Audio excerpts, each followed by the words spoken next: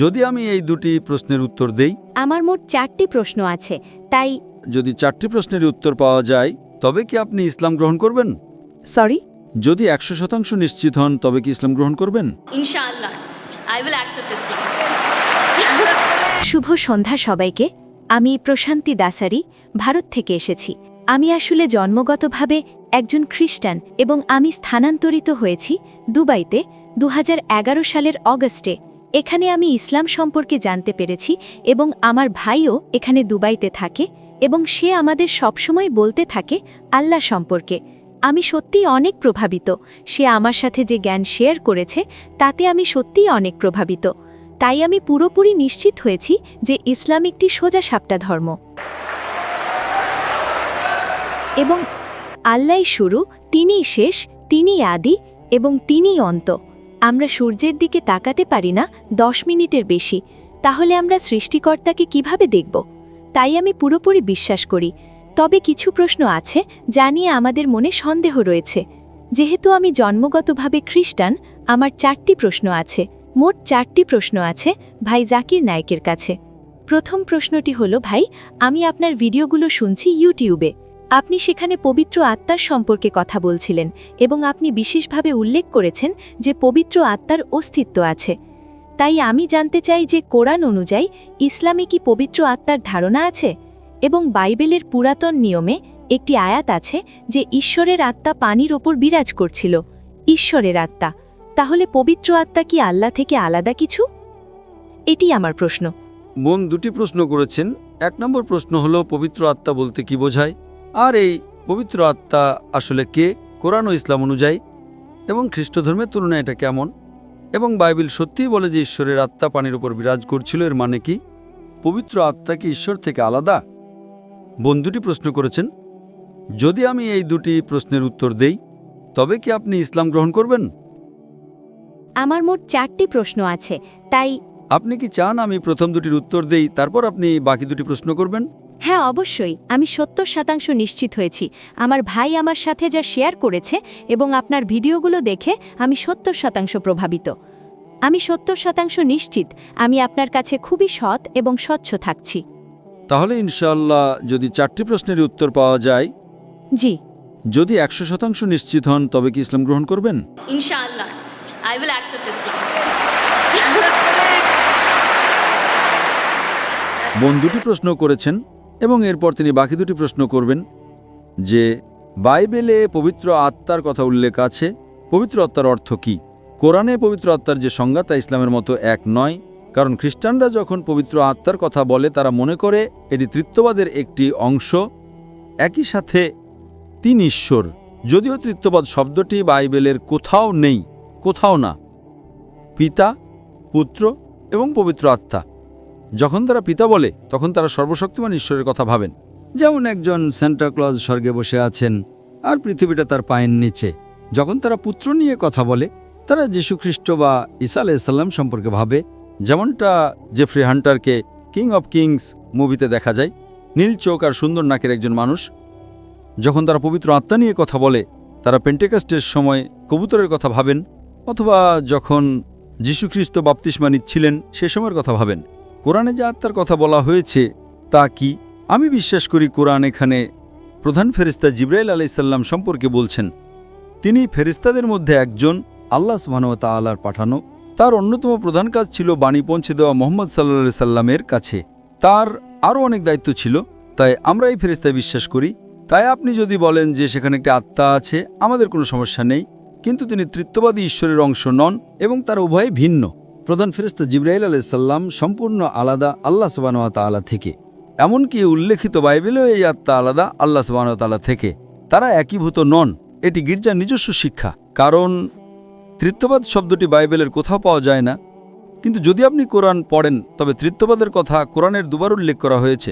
সূরা নিসা অধ্যায় 4 আয়াত 171, ওয়ালা তাকুলু সালাসা, যেখানে বলা হয়েছে ত্রিত্ববাদ বলো না, ইনতাউ খায়রুল লাকুম, এটা থেকে বিরত থাকো, এটাই তোমাদের জন্য উত্তম।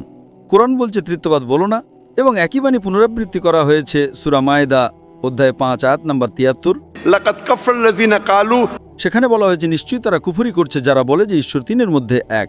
সুতরাং তৃত্ববাদ শব্দটি কোরআনে দুবার এসেছে এবং উভয় স্থানেই বলা হয়েছে যে এই ধারণাটি ব্যবহার করা ভুল। কোরআনে উল্লেখ করা হয়েছে তৃত্ববাদ না বলতে, কিন্তু এই তৃত্ববাদ শব্দটি বাইবেলের কোথাও নেই। সবচেয়ে কাছাকাছি তৃত্ববাদের যে আয়াতটি বাইবেলে আছে সেটা হলো জনের অধ্যায় 5 আয়াত 7, যেখানে বলা হয়েছে স্বর্গে সাক্ষ্য দেওয়ার জন্য 3 জন আছেন, পিতা, বাক্য এবং পবিত্র আত্মা, আর এই 3 জনই এক। তো এই আয়াতটি আপনি যদি রিভাইজড স্ট্যান্ডার্ড ভার্সন বাইবেলের পড়েন, যা 32 জন উচ্চমানের খ্রিস্টান পণ্ডিত দ্বারা সংশ্লিষ্ট করা হয়েছে, তারা বলেছেন যে এই আয়াতটি গসপেল অফ জন অধ্যায় 5 আয়াত 7 একটি বাইরে থেকে ঢোকানো, এটা বানোয়াটো মুদ্রার জাল। তাই তারা এই আয়াতটিকে বাইবেল থেকে বের করে দিয়েছেন। সুতরাং বাইবেলের যে আয়াতটি সরাসরি তৃত্ববাদ নিয়ে কথা বলছিল না, কিন্তু তার সবচেয়ে কাছাকাছি ছিল। খ্রিস্টান শিক্ষাবিদরাই তাকে ছুঁড়ে ফেলে দিয়েছেন বানোয়াট এবং জাল হিসেবে। স্বাভাবিকভাবেই পবিত্র আত্মা এবং সর্বশক্তিমান ঈশ্বর এরা দুটি ভিন্ন সত্তা, তারা এক নয়। এবং কোরআনে বলা হয়েছে জিবরাইল আলাইহিস সালামের কথা, তিনি একজন ফেরেশতা আল্লাহ সুবহানাহু ওয়া তাআলার। আশা করি বিষয়টি আপনার কাছে পরিষ্কার হয়েছে বোন। Yes, brother. আমি আপনার বাকি দুটি প্রশ্ন জানতে চাই। হ্যাঁ, আমার তৃতীয় প্রশ্নটি পবিত্র আত্মার সাথেই সম্পর্কিত। সকল নবী বা আল্লাহর মানুষ, যেমন ইব্রাহিম, ইসহাক এবং মুসা আলাইহিসসালাম, এই সকল নবী আল্লাহর সাথে যোগাযোগ করতেন। তারা আল্লাহর সাথে ভাব বিনিময় করতেন। আল্লাহর সাথে যোগাযোগ করার জন্য যেহেতু তারা সবাই আল্লাহর মনোনীত ব্যক্তি ছিলেন, তাদের অবশ্যই বিশেষ কোনো শক্তির অধিকারী হতে হয়েছিল। এটি হয়তো আল্লাহর অনুগ্রহ ছিল, তাই এটি একটি শক্তি, সেখানে বিশেষ কোনো শক্তি কাজ করেছে যাতে তারা আল্লাহর সাথে যোগাযোগ করতে পারেন। তো সেই শক্তিটা আসলে কি? তো এতকাল আমার ধারণা বা বুঝটা যা ছিল তা হলো পবিত্র আত্মার সাহায্যেই সকল নবী আল্লাহর সাথে সুপারিশ করতেন। এটি কি সত্য? বোন প্রশ্ন করেছেন যে রসুলগণ সুপারিশ করেন সর্বশক্তিমান আল্লাহর কাছে। এরপর আপনি বললেন যোগাযোগ করা আল্লাহর সাথে। বোন, ইংরেজি শব্দ সুপারিশ করা আর যোগাযোগ করা দুটি ভিন্ন জিনিস। তো আপনার প্রশ্নটি কি সুপারিশ করা নাকি যোগাযোগ করা? সুপারিশ করা। সুপারিশ করার মানে হলো কেউ অন্য কারো হয়ে সুপারিশ করে। কেউ অন্য কারো হয়ে সুপারিশ করে। এখন আপনাকে বুঝতে হবে যে যখন আপনি আল্লাহ সুবহানাহু ওয়া তাআলার সাথে কথা বলেন, তখন আল্লাহ সুবহানাহু ওয়া তাআলার কারো সুপারিশের প্রয়োজন নেই। এবং আল্লাহ কোরআনে বলেছেন সূরা গাফির অধ্যায় নম্বর 40 আয়াত নম্বর 60, তোমরা আমাকে ডাকো, আমি তোমাদের ডাকে সাড়া দেব। আল্লাহ সুবহানাহু ওয়া তাআলার কাছে কারো সুপারিশের প্রয়োজন নেই। কেন? কারণ মানুষ উদাহরণ দেয় যে যখন আপনি বিচারকের কাছে যান, আদালতে আপনার মামলা পেশ করেন, তখন আপনি উকিল নিয়োগ করেন। একইভাবে আল্লাহর রসুলগণ হলেন আমাদের উকিল। তার ক্ষেত্রে এটা যৌক্তিক হতে পারে একজন বিচারক যিনি মানুষ, কারণ বিচারক জানে না যে কে প্রকৃত অপরাধী, কে চোর, কে নির্দোষ। তাই উকিল বিচারককে এটা বুঝতে সাহায্য করেন যে কে অপরাধী, কে চোর আর কে নির্দোষ। কিন্তু আল্লাহ সুবহানাহু ওয়া তাআলা হলেন আলিমুল গায়েব। তা প্রমাণ করার জন্য তার কারো প্রয়োজন নেই যে কে ভালো আর কে মন্দ। তাই সুপারিশ করাটা ভুল। হ্যাঁ, কেউ দোয়া করতে পারে, একজন রসুল অন্য মানুষের জন্য দোয়া করতে পারেন। এবং আল্লাহ কোরআনে বলেছেন আল্লাহ সুবহানাহু ওয়া তাআলার কোনো সুপারিশের প্রয়োজন নেই, কেবল কিয়ামতের দিনে তাদের ছাড়া যাদের তিনি অনুমতি দেবেন। তাহলে শেষ বিচারের দিনে আল্লাহ সুবহানাহু ওয়া তাআলা বলছেন যে তিনি সুপারিশ করার অনুমতি দেবেন নির্দিষ্ট কিছু মানুষের জন্য। এবং এ বিষয়ে হাদিসে আছে যে এই বিশেষ অনুগ্রহটি নবী মুহাম্মদ সাল্লাল্লাহু আলাইহি সাল্লামকে দেওয়া হবে। সুতরাং আমরা যা জানতে পারি তা হলো অন্যান্য সকল ধর্মগ্রন্থের ইতিহাস এবং কোরআন এবং হাদিস থেকে যে আল্লাহর রসুলগণ সরাসরি যোগাযোগ করতেন আল্লাহ সুবহানাহু ওয়া তাআলার সাথে। তারা অন্যদের দোয়া করতেন। কিন্তু যদি আমরা নবীকে সুপারিশকারী হিসেবে ব্যবহার করি, অর্থাৎ যদি আমি প্রার্থনা করি আর মনে করি এই নবীর মাধ্যমে আল্লাহর কাছে যেতে হবে, নবীর আদেশ অনুসরণ করা ভালো, কিন্তু যদি আমি আল্লাহ সুবহানাহু ওয়া তাআলা ছাড়া অন্য কারো কাছে প্রার্থনা করি, যেটা অনেক মানুষই করে থাকে, তারা মানুষের কাছে প্রার্থনা করে এই ভেবে যে তারা সর্বশক্তিমান ঈশ্বরের খুব কাছের মানুষ। তাই যদি আমরা তার মাধ্যমে প্রার্থনা করি তবে ঈশ্বর কবুল করবেন আমাদের প্রার্থনা দ্রুত এবং ভালোভাবে। এটা ভুল ধারণা। আমাদের সরাসরি আল্লাহ সুবহানাহু ওয়া তাআলার কাছে প্রার্থনা করতে হবে। আল্লাহর এই নবীরা হলেন আল্লাহ রসুল। হ্যাঁ, তাদের বিশেষ ক্ষমতা আছে, তারা কথা বলতে পারেন আল্লাহ সুবহানাহু ওয়া তাআলার সাথে। এবং আল্লাহ সুবহানাহু ওয়া তাআলা মানুষের মধ্যে থেকে নির্দিষ্ট কিছু মানুষকে বেছে নেন তার বাণী অন্যদের কাছে পৌঁছে দেওয়ার জন্য। এই মনোনীত ব্যক্তিদের সর্বশক্তিমান ঈশ্বরের যাদের আমরা নবী বলি বা আল্লাহ রসুল বলি। সুতরাং আল্লাহ সুবহানাহু ওয়া তাআলা বাছাই করে নির্দিষ্ট কিছু মানুষকে পৃথিবীতে তার বাণী অন্যদের কাছে পৌঁছে দেওয়ার জন্য, তাদেরকে আল্লাহ রসুল বলা হয়। সুতরাং একটি যোগাযোগ থাকে রসুল এবং আল্লাহ সুবহানাহু ওয়া তাআলার মধ্যে। কিন্তু তার মানে এই নয় যে মানুষ এই রসুলদের সুপারিশকারী হিসেবে ব্যবহার করবে, যে যদি তারা এই রসুলদের কাছে প্রার্থনা করে তবে সর্বশক্তিমান ঈশ্বর আমাদের কথা শুনবেন। এটা গির্জার শিক্ষা, যা আপনি যীশুখ্রিস্ট বিশ্বাস করবেন আর আপনার সব পাপ ক্ষমা হয়ে যাবে। এই ধারণা ইসলামে নেই, এমনকি প্রকৃত খ্রিস্টান ধর্মেও নেই। এটা গির্জার নিজস্ব শিক্ষা বোন। আশা করি বিষয়টা আপনার কাছে পরিষ্কার হয়েছে। হ্যাঁ, আমার শেষ প্রশ্নটি হল, বাইবেলের নতুন নিয়মে একটি বই বুক অফ অ্যাক্টস, সেখানে পল ভাষার অলৌকিক ক্ষমতার সম্পর্কে উল্লেখ করেছেন।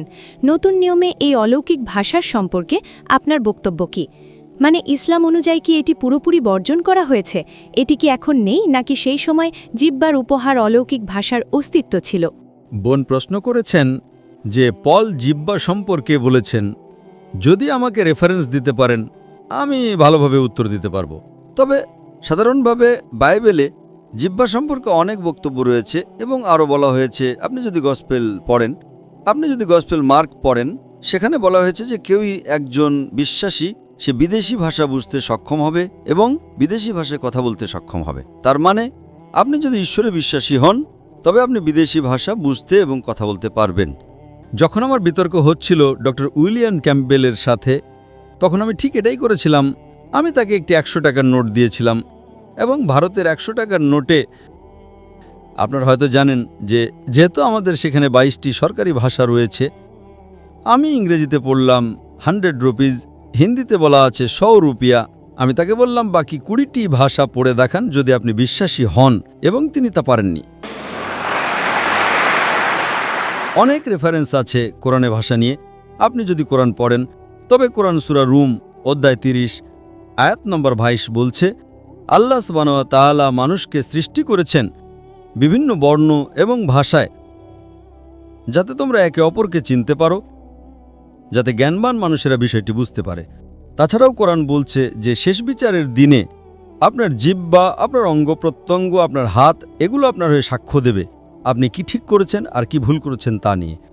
নবী সাল্লাল্লাহু আলাইহি সাল্লামের বিভিন্ন হাদিসে কথা বলা সম্পর্কে আলোচনা করা হয়েছে। সুতরাং কোরআনে জিহ্বা সম্পর্কে অনেক রেফারেন্স আছে, বাইবেলেও অনেক রেফারেন্স রয়েছে জিহ্বা সম্পর্কে এবং কিভাবে একজন বিশ্বাসীকে পরীক্ষা করতে হয়। আশা করি বিষয়টি আপনার কাছে পরিষ্কার হয়েছে বোন। ধন্যবাদ। এবং আমার শেষ প্রশ্নটি হলো, আমার একজন মুসলিম বন্ধু আছে এবং সে আমাকে পরামর্শ দিয়েছে বাইবেলের পুরাতন নিয়ম পড়ার। সে বিশেষভাবে পুরাতন নিয়মটা আগে অনুসরণ করতে বলেছে এবং তারপর বলেছে কুরআন পড়তে। কিন্তু আপনি যেমন বিশেষভাবে উল্লেখ করেছেন যে কুরআন হলো আল্লাহর দেওয়া সর্বশেষ ও চূড়ান্ত প্রত্যাদেশ, তাই একজন মুসলিম হিসেবে আপনি আমাকে কি পরামর্শ দেবেন? কারণ আমার বন্ধু মুসলিম হওয়ার সত্ত্বেও সে বলেছে আগে বাইবেলের পুরাতন নিয়ম অনুসরণ করতে এবং পরে কুরআন পড়তে। বোন প্রশ্ন করেছেন যে তার এক বন্ধু তাকে বলেছেন আগে পুরাতন নিয়ম পড়তে এবং তারপর কোরআন। বোন, এটি কোনো বাধ্যতামূলক বিষয় না। যদি পুরাতন নিয়ম এবং নতুন নিয়মের মতো কিছু থাকে তবে সর্বশেষ নিয়ম হিসেবে কোরআনও আছে। সুতরাং খ্রিস্টানরা যখন পুরাতন ও নতুন নিয়মের কথা বলে, জেনে রাখুন এটি হলো আল্লাহ সুবহানাহু ওয়া তাআলার সর্বশেষ ও চূড়ান্ত নিয়ম। এখন আমি আপনাকে একটা প্রশ্ন করছি। অবশ্যই। উদাহরণস্বরূপ, আপনি মেডিকেল কলেজে গিয়েছেন। আমি নিজে তো মেডিকেল কলেজে ছিলাম। প্রফেসর কিথ মুর কিছু বই লিখেছেন এবং তার বইয়ের প্রথম সংস্করণ, দ্বিতীয় সংস্করণ, তৃতীয় সংস্করণ ছিল। তো আপনি কি প্রথম সংস্করণটি পড়বেন নাকি সর্বশেষ সংস্করণটি পড়বেন? আমি সর্বশেষ সংস্করণটি পড়ব। লেটেস্ট, ঠিক। হ্যাঁ, যদি আপনি সত্যিই প্রথম সংস্করণটিকে অনেক ভালোবাসেন তবে আমি বলবো এতে কোনো সমস্যা নেই। আগে প্রথম সংস্করণটি পড়ুন এবং তারপর শেষ সংস্করণটি পড়ুন। তো আপনি যদি আসক্ত হয়ে থাকেন পুরাতন নিয়মের এবং সেটা যদি আপনার হৃদয়ের খুব কাছাকাছি হয়, তবে কুরআন বলছে সূরা আল ইমরান অধ্যায় 3 আয়াত 64, তাআলাউ ইলা কালিমাতিন সাওয়াইন বাইনা বাইনাকুম। সেগুলোতে একমত হও আমাদের এবং তোমাদের মধ্যে যে বিষয়গুলো মিল আছে। তখন আমি বলবো যে আপনি যদি পুরাতন নিয়মের প্রতি এতটাই আসক্ত থাকেন তবে কোনো সমস্যা নেই, পুরাতন নিয়মটি পড়ুন এবং তারপর কোরআন পড়ুন। কমপক্ষে যে বিষয়গুলো মিল আছে সেগুলোতে একমত হন। আর যখন আমরা পুরাতন নিয়ম, নতুন নিয়ম এবং কোরআন পড়ি তখন আমরা জানতে পারি যে এই গ্রন্থগুলোর মধ্যে সাধারণ মিলগুলো হলো নিশ্চয়ই ঈশ্বর মাত্র একজন এবং তিনিই একমাত্র উপাসনার যোগ্য। তার কোনো প্রতিমূর্তি নেই, তিনি কাউকে জন্ম দেননি।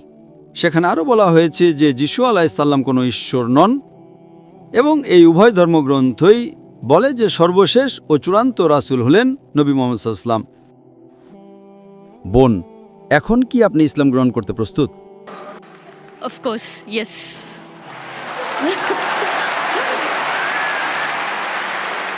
বোন, আপনি কি বিশ্বাস করেন যে ঈশ্বর মাত্র একজন? হ্যাঁ, আমি বিশ্বাস করি যে ঈশ্বর কেবল একজনই। আপনি কি বিশ্বাস করেন যিশু কোনো ঈশ্বর নন, বরং তিনি আল্লাহর একজন রাসূল? হ্যাঁ, আমি বিশ্বাস করি যিশু একজন রাসূল। আপনি কি বিশ্বাস করেন যে নবী মুহাম্মদ সাল্লাল্লাহু আলাইহি সাল্লাম সর্বশেষ ও চূড়ান্ত রাসূল? হ্যাঁ, আমি বিশ্বাস করি নবী মুহাম্মদ সাল্লাল্লাহু আলাইহি ওয়াসাল্লাম হলেন সর্বশেষ ও চূড়ান্ত রাসূল। বোন, আপনাকে কেউ কি ইসলাম গ্রহণ করতে জোর করছে? সরি? বোন, আপনাকে কেউ কি ইসলাম গ্রহণ করতে জোর করছে? না, কেউ জোর করছে না। আপনি নিজের ইচ্ছে গ্রহণ করছেন বোন। জি। কারণ ইসলামে কাউকে ইসলাম গ্রহণ করতে বাধ্য করা হারাম। এটা হারাম ধর্মের দিক থেকে, এবং অধিকাংশ দেশে এটা নিষিদ্ধ। এমনকি দুবাইকেও কাউকে ধর্ম গ্রহণ করতে বাধ্য করা নিষিদ্ধ। তো আপনি নিজের ইচ্ছায় গ্রহণ করছেন বোন। হ্যাঁ, আর এই কারণেই আমি আপনাকে অনেকগুলো প্রশ্ন করেছি। माशाल्लाह Out of free will. hope আশা করি আপনাকে কেউ ঘুষ দিচ্ছেন না। No. because in India কারণ ভারতে যখন অনেক মানুষ ইসলাম গ্রহণ করে, তখন সিআইডি বা পুলিশ গিয়ে তাদের জিজ্ঞাসা করে, ডক্টর জাকির নায়েক আপনাকে কত ডলার দিয়েছেন?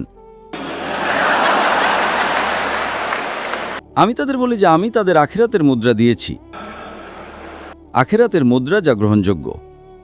তো ইনশাআল্লাহ বোন, আমি আরবিতে বলবো, আপনি সেটা পুনরাবৃত্তি করবেন। ঠিক আছে। अशहदु Ashhadu अल्लाह Allah इलाहा ilaha इल्लल्लाह illallah व अशहदु wa ashhadu अन्ना anna मुहम्मदन Muhammadan अब्दुहु abduhu व रसूलुहु। wa rasuluhu। আমি সাক্ষ্য দিচ্ছি আমি সাক্ষ্য দিচ্ছি যে যে কোনো উপাস্য নেই কোনো উপাস্য নেই আল্লাহ ছাড়া, আল্লাহ ছাড়া, এবং আমি সাক্ষ্য দিচ্ছি এবং আমি সাক্ষ্য দিচ্ছি যে নবী মুহাম্মদ যে নবী মুহাম্মদ হলেন রাসূল হলেন রাসূল ও আল্লাহর বান্দা। ও আল্লাহর বান্দা। মাশাআল্লাহ বোন, আপনি এখন মুসলিম, এবং আল্লাহ সুবহানাহু ওয়া তাআলা আপনার প্রচেষ্টাকে কবুল করুন। এবং আমি আল্লাহ সুবহানাহু ওয়া তাআলার কাছে দোয়া করি যে তিনি যেন আপনাকে আরও পথ প্রদর্শন করেন, এবং ইনশাআল্লাহ আপনাকে এই দুনিয়াতে ও পরকালেও সর্বোত্তম প্রতিদান দান করেন এবং জান্নাতে স্থান দান করেন ইনশাআল্লাহ বোন। ধন্যবাদ। হাই, আপনাকে এখানে দেখে ভালো লাগছে ডক্টর জাকির। আমার নাম ডেরেক এবং আমার পেশা হলো টানেল ইঞ্জিনিয়ার। আমি দুঃখিত ডক্টর জাকির, আমার প্রশ্নটা সন্ত্রাসের সাথে খুব একটা সম্পর্কিত হবে না। আমি আপনাকে খুব সংক্ষিপ্ত প্রশ্ন করতে চাই। সূরা 43 আজ জুখরুফ অনুযায়ী এখানে বলছে সূরা 43-এর 61, এখানে লেখা যিশু হবেন শেষ সময় আগমনের নিদর্শন। এর মানে কি যিশু শেষ নবী হিসেবে আসবেন, নাকি নবী মুহাম্মদই কি শেষ নবী? তাই যদি নবী মুহাম্মদ শেষ নবী হিসেবে আসেন, তাহলে আসলে কে ঈসা আল মাসি বা যিশু খ্রিস্ট? ধন্যবাদ।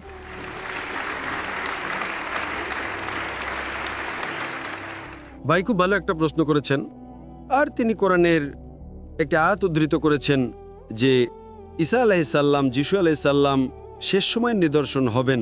তাহলে এর মানে কি নবী যিশু আলাইহিসসালাম শেষ নবী, নাকি নবী মুহাম্মদ সাল্লাল্লাহু আলাইহি সাল্লাম শেষ নবী? এটা কি? কোরআন সূরা আহজাব অধ্যায় নম্বর 33 আয়াত নম্বর 40-এ স্পষ্টভাবে উল্লেখ আছে, ما كان محمد أبا أحد من رجالكم ولكن رسول الله وخاتم النبيين وكان الله بكل شيء عليما। এর অর্থ নবী মুহাম্মদ সাল্লাল্লাহু আলাইহি সাল্লাম, মুহাম্মদ তোমাদের কোনো পুরুষের পিতা নন, ما كان محمد أبا أحد من رجالكم ولكن رسول الله।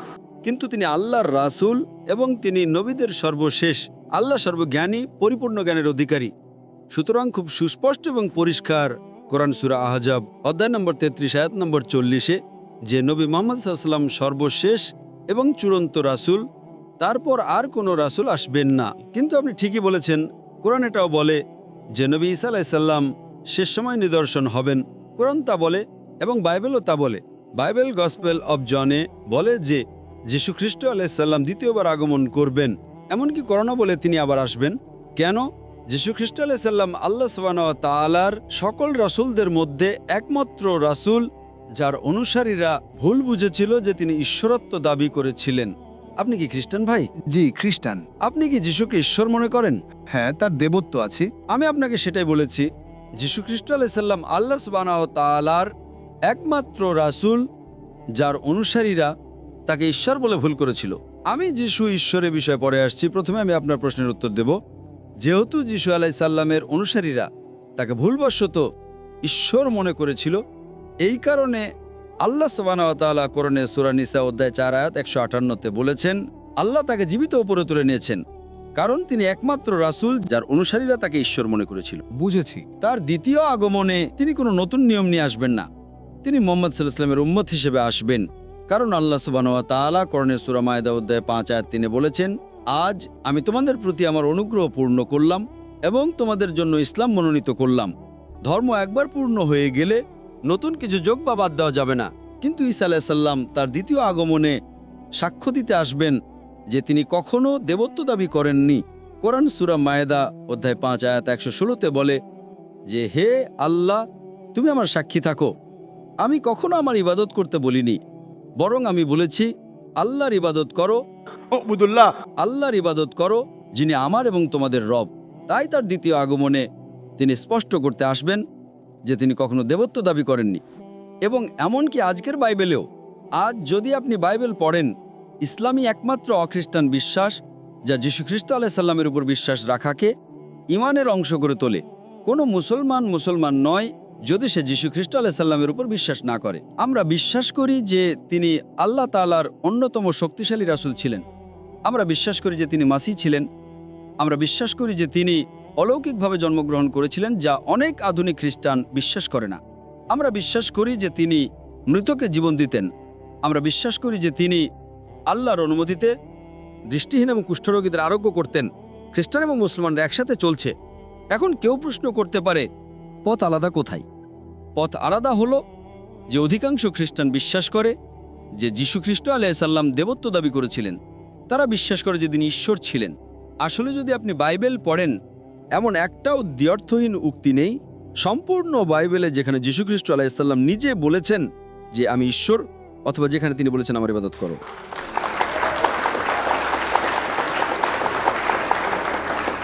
আপনি যদি বাইবেলের যে কোনো সংস্করণ থেকে দেখাতে পারেন সম্পূর্ণ বাইবেলে যেখানে যীশুখ্রিস্ট আলাইহিস সালাম নিজে বলেছেন, Any unambiguous statement, any unequivocal statement, সম্পূর্ণ বাইবেলে যেখানে যীশুখ্রিস্ট আলাইহিস সালাম নিজে বলেছেন যে আমি ঈশ্বর, অথবা যেখানে তিনি বলেছেন আমার ইবাদত করো, আমি জাকির নায়েক আজকেই খ্রিস্ট ধর্ম গ্রহণ করতে প্রস্তুত।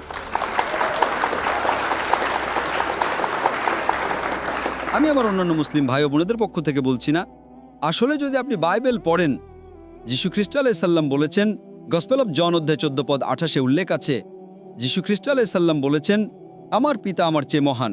গসপেল অফ জন অধ্যায় 10 পদ 29 উল্লেখ আছে আমার পিতা সবার চেয়ে মহান।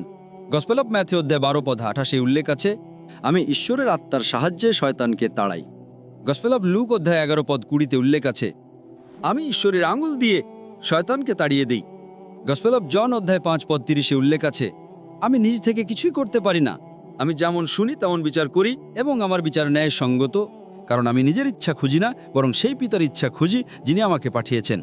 যে কেউ বলবে যে আমি আমার ইচ্ছার অনুসন্ধান করি না, বরং সর্বশক্তিমান আল্লাহর ইচ্ছার অনুসন্ধান করি, সে একজন মুসলিম। যীশুখ্রিস্ট আলাইহিস সালাম একজন মুসলিম, তিনি কখনো দেবত্ব দাবি করেননি। ঠিক আছে স্যার।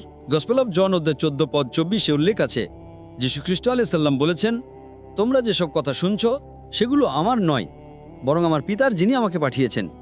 গসপেল অফ জন অধ্যায় 17 পদ 3 উল্লেখ আছে এটাই অনন্ত জীবন, যাতে তোমরা জানতে পারো যে এক ঈশ্বর আছেন এবং যীশুখ্রিস্ট যাকে তুমি পাঠিয়েছ। এটা উল্লেখ আছে বুক অব অ্যাক্টস অধ্যায় 2 পদ 22। হে ইসরায়েলের লোকেরা, এটা শোনো, নাসরতের যিশু তোমাদের মধ্যে ঈশ্বরের অনুমোদিত একজন মানুষ, যার মাধ্যমে ঈশ্বর বিস্ময়কর কাজ, অলৌকিক কাজ এবং নিদর্শন দেখিয়েছেন এবং তোমরা তার সাক্ষী। তোমাদের মধ্যে ঈশ্বরের অনুমোদিত একজন মানুষ, যার মাধ্যমে ঈশ্বর বিস্ময়কর কাজ, অলৌকিক কাজ এবং নিদর্শন দেখিয়েছেন এবং তোমরা তার সাক্ষী। সুতরাং আপনি যদি বাইবেল পড়েন, আমরা বুঝতে পারি যে কোরআন যা বলে এটা তাই। যীশুখ্রিস্ট আলাইহিস সালাম আল্লাহর রাসূল ছিলেন, তিনি ঈশ্বর ছিলেন না, তিনি কখনো দেবত্ব দাবি করেননি। তাই যদি আপনি বাইবেল পড়েন, এটা গির্জার শিক্ষা। খ্রিস্ট ধর্ম বুঝতে খ্রিস্টানদের দিকে তাকাবেন না, বাইবেল পড়ুন। ইসলাম বুঝতে মুসলমানদের দিকে তাকাবেন না, কোরআন এবং সহিহ হাদিস পড়ুন। সেই কারণে যীশু খ্রিস্ট আলাইহিস সালাম আল্লাহ সুবহানাহু ওয়া তাআলা তাকে জীবিত উপরে তুলে নিয়েছেন, যাতে তিনি আপনার মতো মানুষদের এবং যারা দাবি করে তিনি ঈশ্বর ছিলেন তাদের বলতে তিনি তার দ্বিতীয় আগমনে তার নাম ক্লিয়ার করতে আসবেন। তিনি মুহাম্মদ সাল্লাল্লাহু আলাইহি ওয়াসাল্লামের উম্মত হবেন, তিনি মুহাম্মদ সাল্লাল্লাহু আলাইহি ওয়াসাল্লামের একই শিক্ষায় বিশ্বাস করবেন এবং তিনি সাক্ষ্য দেবেন তিনি কখনো দেবত্ব দাবি করেননি, বরং বলেছেন উবুদুল্লাহ। আল্লাহর ইবাদত করো, আমার রব এবং তোমাদের রব। আশা করি প্রশ্ন উত্তর পেয়েছেন। ধন্যবাদ। আমার নাম কোফি আব্রেফা ক্লিমেন্ট। আমি একজন সিনিয়র হাই স্কুল গ্র্যাজুয়েট এবং দুর্ভাগ্যবশত আমি তাড়াতাড়ি আসতে পারিনি, তাই এই মুহূর্তে বিছানা থেকে উঠে এসেছি। কিন্তু আমি আপনাকে পিস টিভিতে প্রায়ই অনুসরণ করছি, তাই আমি বিশ্বাস করি যে সেই বিশেষাধিকারের ভিত্তিতে আমি আপনার বিষয়বস্তুর ওপর ভিত্তি করে কিছু প্রশ্ন করব। পিস টিভিতে আমি যে অল্প কিছু আপনাকে অনুসরণ করেছি সে অনুযায়ী। প্রথমত, আমি দেখেছি এবং আমি জানি যে আপনি যে বিষয়টি সামনে এনেছিলেন বাইবেলের দৃষ্টিতে মুহাম্মদ, যেমন বাইবেলে মুহাম্মদের কথা লেখা আছে এবং আপনার কথা প্রায় শুনেছি, এবং আপনি একটি খুব সাধারণ সোজা শাস্ত্রীয় বাক্য চেয়েছেন যা যীশু খ্রিস্টের ঈশ্বরত্ব স্বীকার করে। এমনকি আপনি বলেছেন যে আপনি যদি আশ্বস্ত হন আপনি একজন খ্রিস্টান হয়ে যাবেন। আমিও এখানে সম্পূর্ণ হৃদয়ের আন্তরিকতা নিয়ে উপস্থিত আছি। আপনার উত্তরগুলো যদি আমার প্রশ্নগুলোর সন্তোষজনক জবাব দেয় তাহলে আমিও মুসলিম হয়ে যাব। প্রথমত, আপনার ধর্মতত্ত্বের পক্ষে উপস্থাপিত যুক্তিগুলো অত্যন্ত শক্তিশালী, আর সেই বিষয়গুলোকেই কেন্দ্র করেই আমি আমার প্রশ্নগুলো উপস্থাপন করতে চাই। প্রথম প্রশ্নটি আমি আপনাকে জিজ্ঞাসা করতে চেয়েছিলাম তা হল, খ্রিস্টানদের কোন সম্প্রদায়ের কথা আপনি আসলে শোনেন? কারণ আপনি যদি খ্রিস্ট ধর্মে আসেন, যেমন আমি হাউস অফ ফেইথ মিনিস্ট্রিতে যাই, আমিও KFI-তে আছি, তাই প্রতিটি ধরনের খ্রিস্টান সম্প্রদায় অনুযায়ী যে এটি সেই জ্ঞান যা আসলে সংজ্ঞায়িত করে কেন তারা সেখানে সেই নির্দিষ্ট খ্রিস্টান সম্প্রদায় হিসেবে আছে। এবং একটি প্রবাদ আছে, কোনো দর্শনের অপব্যবহার, যেমন আপনি জানেন, সেই দর্শনটিকেই বাতিল করে না। তাই আমি সবার আগে জানতে চাইব, ভাই ভাই ভাই, এটা একটি প্রশ্ন উত্তরের সময়, বক্তৃতার সময়ে নয়। আপনি যদি নিয়ম এবং প্রবিধানগুলো খুব স্পষ্টভাবে শুনে থাকেন, প্রশ্নটি 2 বা 3টি বাক্যে করা উচিত। যদি এর চেয়ে বেশি হয় তাহলে এটা একটি ছোট বক্তৃতা। বক্তৃতা শেষ, আপনি দেরিতে এসেছেন, লেকচার শেষ, এখন বক্তৃতা দেবেন না। আমি ইতিহাস জানি, আপনি ইতিমধ্যে 2 থেকে 3 মিনিট কথা বলেছেন, আপনি ইতিমধ্যে 10-20টি বাক্য বলেছেন, এবং তবুও আপনি প্রশ্নটি উত্থাপন করেননি। প্রশ্নে একটি প্রশ্নবোধক চিহ্ন থাকা উচিত। আমি অনেক খ্রিস্টান বাইবেল পড়েছি, King James Version, New International Version, Jehovah's Witness, Douay Version, many. আপনি প্রশ্নটি করুন, সাধারণ প্রশ্ন, 2 বা 3টি বাক্যে একটি প্রশ্নবোধক চিহ্ন থাকা উচিত, ব্যাস। আপনার প্রশ্নটি উত্থাপন করুন, কোনো স্যালুট নয়, প্রশ্ন। Thank you. স্বাগতম। প্রশ্নবোধক চিহ্নের জন্য আমি জানি আমি এটি লিখতে পারবো না, কিন্তু আমি এটি দেখাতে পারবো। কিন্তু ব্যাপারটা হলো এই, যখন যিশু আত্মা সম্পর্কে কথা বলেন, তিনি বলেছিলেন যে তিনি একজন শান্তিদাতা পাঠাতে যাচ্ছেন, ঠিক তার মতো কেউ। জনের বইতে তিনি যা বলেছেন সে অনুযায়ী। এখন যদি আপনি জনের বই অধ্যায় 20 শ্লোক নম্বর 22 পড়েন, বাইবেল বলেছে তিনি এসেছিলেন এবং তিনি তাদের ওপর ফু দিলেন এবং বললেন, তোমরা আত্মা গ্রহণ করো। আমি শুনেছি যে আপনি বলেছেন যে পবিত্র আত্মা আগেও সেখানে ছিল, কিন্তু আমাদের মতবাদে আমরা এভাবে এটি বুঝি। ব্যাপারটা হলো এই, আপনি একজন গণিতের শিক্ষক হবার মতো। আমি জানি আপনি সক্ষম, আপনি একজন গণিতের শিক্ষক ছিলেন। অনেক বিষয় আছে যা আপনি শেখাতে পারেন। আপনি বাইনোমিয়াল, পলিনোমিয়াল শেখাতে পারেন, কিন্তু তার সবই গণিতের অধীনে। ভাই, আপনি কি ইংরেজি বোঝেন? 2 বা 3 বাক্য, এখানে লেকচার দেবেন না। সহজ কথায়, যদি আপনি প্রশ্ন না করেন আমি অন্য একজনকে সুযোগ দেব। আমি অনেক দয়া দেখাচ্ছি, আমার ধৈর্যের পরীক্ষা নেবেন না। I love you, brother. I love you.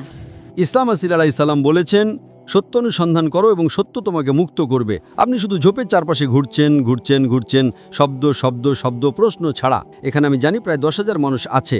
দয়া করে সময় নষ্ট করবেন না, এইসব মানুষের ক্ষতি করবেন না। তারা আমার কথা শুনতে এসেছে, আপনার নয়। আপনি একটা প্রশ্ন করুন, আমি উত্তর দেব। মাত্র 2 বা 3 বাক্য। যদি আপনি 2 বা 3 বাক্যের বেশি বলেন, আমি পরের প্রশ্ন চলে যাব। অতিরিক্ত কিছু বলবেন না, দয়া করে শুরু করুন। সুতরাং জন 20:22 তিনি বলেছেন, তোমরা আত্মা গ্রহণ করো। তাই সে সময় যারা সেখানে ছিল তারা গ্রহণ করেছিল। তাই আমি জানতে চাই, কেন আপনি মনে করেন এটা এই পয়েন্টের বাইরে গিয়ে নবী মুহাম্মদ পর্যন্ত যায়? ধন্যবাদ। ভাই, একটা প্রশ্ন করলেন, জন 20:22 ঈসা মাসীহ আলাইহিস সালাম বলেছিলেন যে তোমরা আত্মা গ্রহণ করো, কিন্তু এটা সান্ত্বনা দানকারীর কথা বলছে না, সেটা আলাদা। আত্মা আলাদা। তোমরা আত্মা গ্রহণ করো, তার মানে আত্মা সেখানে ছিল। এটা বাইবেলের আরেকটা আয়াত। আমি জন 20:22 উদ্ধৃত করিনি, আমি উদ্ধৃত করেছি gospel of John chapter number 14 আয়াত নম্বর 16। আমি পিতার কাছে প্রার্থনা করব তোমাদের কাছে একজন সান্ত্বনা দানকারী পাঠাতে, যিনি তোমাদের সাথে চিরকাল থাকবেন। Gospel of John chapter number 15 আয়াত নম্বর 26। কিন্তু যখন সান্ত্বনা দানকারী আসবেন, যাকে আমি আমার পিতার কাছ থেকে পাঠাবো, তিনি তোমাদের অনাগত বিষয়ে দেখাবেন, তিনি আমার সাক্ষী দেবেন। Gospel of John chapter number 16 আয়াত নম্বর 7। তবু আমি তোমাদের সত্য কথা বলছি, এটা তোমাদের জন্য লাভজনক যে আমি চলে যাই, কারণ আমি যদি না যাই সান্ত্বনা দানকারী আসবেন না, কারণ আমি যদি প্রস্থান করি তবে তাকে পাঠাবো। আপনি যাচ্ছেন গসপেল অফ জন অধ্যায় 20-তে। আমি উদ্ধৃত করছি গসপেল অফ জন অধ্যায় 14, অধ্যায় 15 এবং অধ্যায় 16। আপনি 20-তে যাচ্ছেন, কোথায় আপনি কি বলছেন? গসপেল অফ জন অধ্যায় 20 আত্মার কথা বলছে। আমি পবিত্র আত্মা সম্পর্কে কথা বলছি না, আমি সান্ত্বনা দানকারী সম্পর্কে কথা বলছি। পবিত্র আত্মার নবী মুহাম্মদ সাল্লাল্লাহু আলাইহি ওয়াসাল্লাম নন, সান্ত্বনা দানকারী হলেন নবী মুহাম্মদ সাল্লাল্লাহু আলাইহি ওয়াসাল্লাম। আপনি কি আমার লেকচার শুনেছেন? আমি বলেছিলাম আমি দেরিতে এসেছিলাম কারণ আমি জানতাম না। কিন্তু আপনি বলেছেন আপনি টেলিভিশনে শুনেছেন, আপনি কি সেটা বলেননি? হ্যাঁ, আমি সেটা বলেছিলাম। আমি পিস টিভিতে অনেকবার বলেছি। ওকে, তাহলে এখন আমি প্রশ্নটা আরো ভালোভাবে করতে পারবো। সুতরাং তার মানে আত্মা আলাদা, নবী মুহাম্মদ সাল্লাল্লাহু আলাইহি ওয়াসাল্লাম আলাদা, এবং নবী ঈসা মাসীহ আলাইহিস সালাম বলেছেন গসপেল অফ জন অধ্যায় 16 আয়াত 12 থেকে 14। আমার অনেক কিছু তোমাদের বলার আছে, কিন্তু তোমরা এখন সেগুলো সহ্য করতে পারবে না, কারণ তিনি যখন সত্যের আত্মা আসবেন, তিনি তোমাদের সমস্ত সত্যের দিকে পথ দেখাবেন। তিনি নিজের থেকে কিছু বলবেন না, যা কিছু তিনি শুনবেন তিনি বলবেন। তিনি আমাকে মহিমান্বিত করবেন। এ ব্যক্তিকে পবিত্র আত্মা। ভাই, আপনি কি ইংরেজি বোঝেন? গসপেল অফ জন চ্যাপ্টার 16 আয়াত 7 বলছে যে এটা তোমাদের জন্য লাভজনক যে আমি চলে যাই। যদি আমি চলে যাই, সান্ত্বনাদানকারী আসবেন না। ঈসা মাসীহ আলাইহিস সালাম পৃথিবীতে আসার আগে থেকেই পবিত্র আত্মা সেখানে ছিল, তাই এই ব্যক্তি পবিত্র আত্মা হতে পারে না। আপনি বলেন, যদি আপনি আমাকে বোঝাতে পারেন আমিও মুসলিম হয়ে যাব। আপনি কোন ভাষা বোঝেন? ইংরেজি? Yes, English. বাইবেল বলে যে এলিজাবেথের গর্ভে পবিত্র আত্মা ছিল জন দ্য ব্যাপটিস্ট জন্ম নেওয়ার আগে, এবং জন দ্য ব্যাপটিস্ট এসেছিলেন ঈসা মাসীহ আলাইহিস সালামের আগে। ঠিক বলছি? Yes, please. পবিত্র আত্মা সেখানে ছিল যখন ঈসা মাসীহ আলাইহিস সালামকে দীক্ষিত করা হচ্ছিল। হ্যাঁ, Yes, please. তাই এই সান্ত্বনা দানকারী মানে পবিত্র আত্মা হতে পারে না। তবু আপনি বলেন পবিত্র আত্মা। আপনি চক্রাকারে ঘুরছেন। এই জন্য আমি গণিতের বিষয়টা আনছিলাম। আমি বাইবেল নিয়ে কথা বলছি, আমি এখানে গণিত শিখতে চাই না, আর বিশেষ করে আপনার কাছ থেকে। আমরা বিবৃতি তৈরি করতে আসলে উপমা ব্যবহার করি। আমি বিশ্বাস করি যে আপনার তৈরির জন্য গণিতে আমরা বিবৃতি তৈরি করতে উপমা ব্যবহার করি? আপনি কোন গণিতের কথা বলছেন? আপনি কোন গণিতের কথা বলছেন? আসলে উপমা ব্যবহার করি। কোথায় বলা আছে যে আপনি বিবৃতি তৈরি করতে উপমা ব্যবহার করেন? কোন গণিত বই সেটা বলে? আমি আপনাকে প্রশ্ন করছি, কোন গণিত বই সেটা বলে যে আপনি উপমা ব্যবহার করেন তৈরি করতে? ওটা ভিন্ন বিবৃতি ছিল। আমি আপনাকে প্রশ্ন করছি, কোন গণিত বই বলে যে আপনি বিবৃতি তৈরি করতে উপমা ব্যবহার করেন? না, আমি গণিত একটু পড়েছি। কোন গণিত বই বলে যে আপনি বিবৃতি তৈরি করতে উপমা ব্যবহার করেন? না, ওই বিবৃতিটা গণিতের অংশ ছিল না, ওটা ভিন্ন বিবৃতি ছিল। এটা ভুল, আপনি একটা ভুল করেছেন, ঠিক না? না, এটা ভুল ছিল না, আমি ভিন্ন বিবৃতি দিচ্ছিলাম। আপনি বলেছেন গণিতে আপনি বিবৃতি তৈরি করতে উপমা ব্যবহার করেন। প্লিজ, সেগুলো যুক্ত বিবৃতি ছিল না। আপনি ভুল করেছেন, হ্যাঁ অথবা না? এটা ছিল তৈরির মতো। আপনি বলেছেন গণিতে আপনি বিবৃতি তৈরি করতে উপমা ব্যবহার করেন। এটা কি ঠিক না এটা ভুল? স্যার, ভাষায় আমরা কমা এবং ফুল স্টপ প্রয়োগ করতে সক্ষম নই, তাই হয়তো আপনি বুঝতে পারেননি, কিন্তু আমি একই বিবৃতি দিচ্ছিলাম না। আমি আপনার দ্বিতীয় প্রশ্নের উত্তর দিচ্ছিলাম, যেটা আপনি করেছিলেন যখন আমি গণিত নিয়ে কথা বলেছিলাম। কি করছেন আপনি? ওহ, দুঃখিত। যখন আপনি কথা বলেন কোনো কমা থাকে না, এটা বোঝা যায় কমা আছে কি নেই। আপনাকে এটা উল্লেখ করতে হবে না, কেবল যখন আপনি লেখেন আপনাকে উল্লেখ করতে হবে। যখন আপনি বলেন বোঝা যায় এটা কমা না প্রশ্নবোধক চিহ্ন। আপনি প্রশ্নটা করেছেন, আমি উত্তর দিয়েছি। আপনি প্রশ্ন করেছেন গসপেল অফ জন অধ্যায় 20 আয়াত নাম্বার 22 উপর, আমি আপনাকে উত্তর দিয়েছি। উত্তর শেষ। আপনি এটা বোঝেননি, এটা আপনার সমস্যা। আপনি প্রশ্ন করেছেন গসপেল অফ জন চ্যাপ্টার 20 অধ্যায় 22 নিয়ে, আমি আপনাকে উত্তর দিয়েছি যে ওটা পবিত্র আত্মা। তিনি মুহাম্মদ সাল্লাল্লাহু আলাইহি সাল্লাম নন। নবী মুহাম্মদ সাল্লাল্লাহু আলাইহি সাল্লাম হলেন সান্ত্বনা দানকারী, যার উপর আমি বক্তৃতা দিয়েছি। যদি আপনি আরও জানতে চান তাহলে যান এবং ইউটিউবে বাইবেলের নবী মুহাম্মদ সাল্লাল্লাহু আলাইহি সাল্লামের উপর আমার লেকচার শুনেন, এবং তারপর যখন আপনি শেষ করবেন তখন আমাকে ইমেইলে লিখতে পারেন। ঠিক আছে ভাই? অ্যাক্টস অধ্যায় 2 আয়াত 22-এ আপনি উদ্ধৃত করেছেন, পিটার বলেছেন এই যিশু ঈশ্বর কর্তৃক অনুমোদিত একজন মানুষ। লুক অ্যাক্টস বইটি লিখেছিলেন, তিনি যিশুর শিষ্য ছিলেন না। তারপর পল উদ্ধৃত করেছেন ফার্স্ট টিমোথি 3:16 বইটি। তিনি বলেছেন কোনো বিতর্ক ছাড়াই ধার্মিকতার রহস্য মহান, কারণ ঈশ্বর রক্তমাংসে প্রকাশিত হয়েছিলেন, তাকে ফেরেশতারা দেখেছিল, তাকে প্রচার করা হয়েছিল, তিনি সমর্থিত হয়েছিলেন। তাই আমার প্রধান প্রশ্ন হল, আপনি যদি অ্যাক্টস থেকে উদ্ধৃত করেন যা লুক লিখেছিলেন, যিনি শিষ্য ছিলেন না, তাহলে আপনি আপনার কেস খুলে দিয়েছেন। তাহলে আমিও পলের মতো অন্য কাউকে বিবেচনা করতে পারি, যিনি সরাসরি শিষ্যদের অংশ ছিলেন না। ধন্যবাদ। ভাই উদ্ধৃত করেছেন যেহেতু আমি এক্স উদ্ধৃত করি, তিনি অন্য কাউকে উদ্ধৃত করতে পারেন।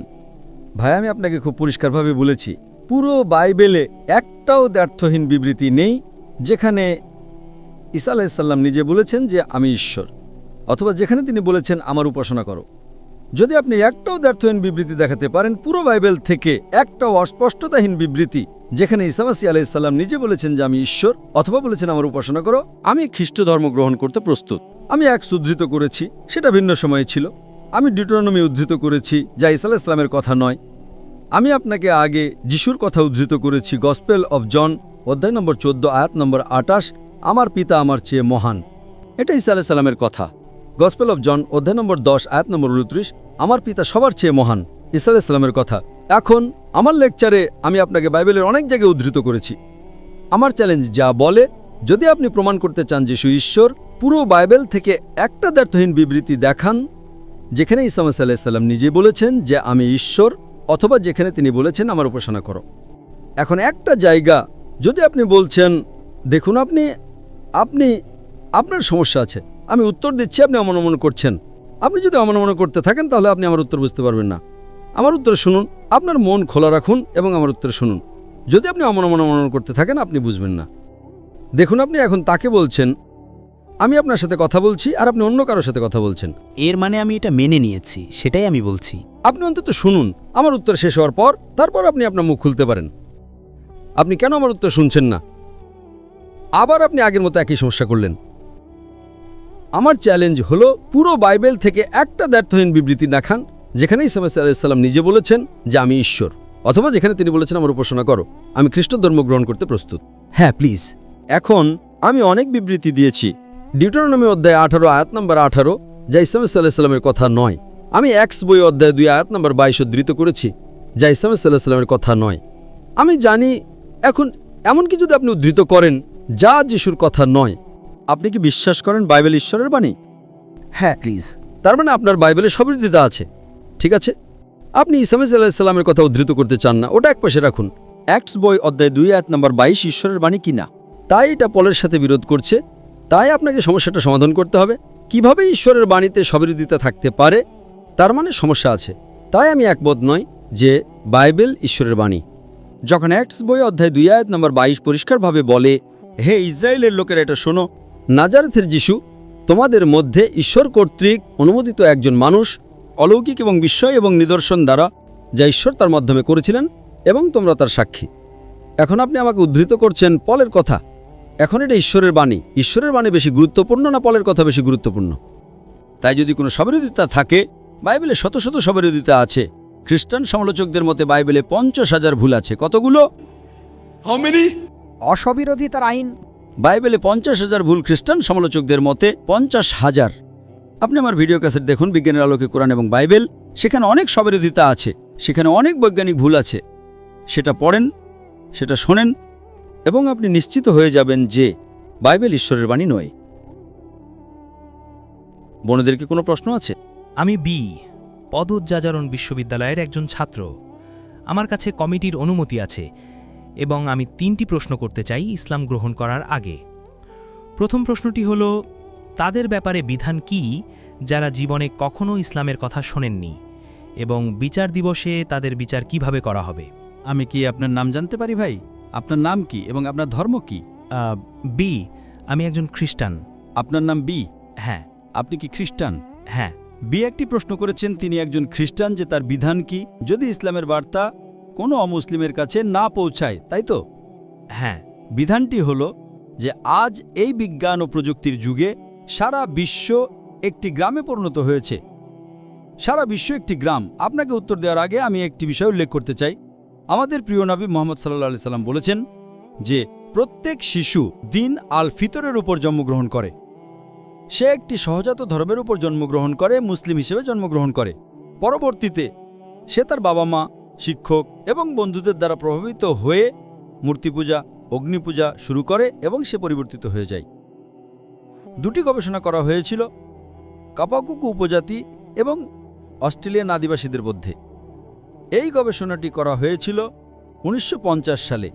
সেই সময়ে এই মানুষগুলো আধুনিক সভ্যতার স্পর্শে আসেনি। তাই যখন গবেষকরা গিয়ে তাদের জীবনযাত্রা সম্পর্কে জানার চেষ্টা করলেন, তখন দেখা গেল যে নাম ছাড়া বাকি সব কিছুই ইসলামের মতো ছিল। তারা বিশ্বাস করত এক ঈশ্বরে, সেই ঈশ্বরের উপাসনার জন্য সিজদা করত। তারা বিশ্বাস করত যে ঈশ্বরের কোনো পুত্র নেই, একই রকম, কিন্তু তারা নিজেদের মুসলিম বলত না। সুতরাং যদি কোনো বাহ্যিক প্রভাব না পড়ে কোনো মানুষের উপর জন্মের পর, তবে সে সেই সহজাত প্রকৃতির উপরই থাকে যাকে দিন আল ফিতর বা ইসলাম বলা হয়। এখন আপনার প্রশ্নে আসা যাক, যদি ইসলামের বার্তা কোনো মানুষের কাছে না পৌঁছায় তবে কি হবে? হ্যাঁ, যদি ইসলামের বার্তা না পৌঁছায় তবে আল্লাহ কোরআনে বলেছেন, সূরা ফুসসিলাতের সূরা নম্বর 41 অধ্যায় নম্বর 53 নম্বর আয়াতে, सनूरिहिम आयातिना फिल आफाकी व फी अनफुसिहिम हत्ता यतबय्यना लहुल अन्नुल हक। অচিরেই আমি তাদের আমার নিদর্শনসমূহ দেখাব দূরতম দিগন্তে এবং তাদের নিজেদের মধ্যেও, যতক্ষণ না তাদের কাছে স্পষ্ট হয়ে যায় যে এটাই সত্য। এখানে আল্লাহ নিজের উপরই দায়িত্ব নিচ্ছেন যে তিনি ব্যক্তিগতভাবে প্রত্যেক মানুষের কাছে এই বার্তা পৌঁছে দেবেন। প্রথমত, আমাদের প্রিয় নবী মুহাম্মদ সাল্লাল্লাহু আলাইহি ওয়াসাল্লাম বলেছেন যে তার উপর থেকে কলম তুলে নেওয়া হয় যদি কোনো ব্যক্তি প্রাপ্তবয়স্ক না হয়। যদি কোনো ব্যক্তি ছোট শিশু হয়, 4 বছর, 5 বছর, 6 বছর বয়সী, এবং তার কিছু হয়ে যায়, তবে সে দায়ী নয়, কারণ সে নিষ্পাপ। কেবল প্রাপ্তবয়স্ক হওয়ার পরেই আপনি আপনার কাজের জন্য দায়ী। তাই যে কেউ শিশু, যদি সে 5 বছর, 6 বছর, 7 বছর বয়সী ছোট শিশু হয়, প্রাপ্তবয়স্ক হওয়ার আগেই যদি সে মারা যায়, তবে সে জান্নাতে যাবে। আচ্ছা, এখানে দুটি মত। একটি মত হলো যে সে জান্নাতে যাবে কারণ সে তার কাজের জন্য দায়ী নয়। আরেকটি মত বলে না না, বিচার দিবসে তাকে পরীক্ষা করা হবে এবং তার উত্তরের উপর ভিত্তি করে সে জাহান্নাম বা জান্নাতে যাবে। কিন্তু আমি প্রথম মতটিতে বিশ্বাস করি, যেহেতু সে নিষ্পাপ তাই সে জান্নাতে যাবে। এখন আপনার প্রশ্ন, যদি কোনো ব্যক্তি ইসলাম সম্পর্কে কখনো না শুনে থাকে তবে কি হবে?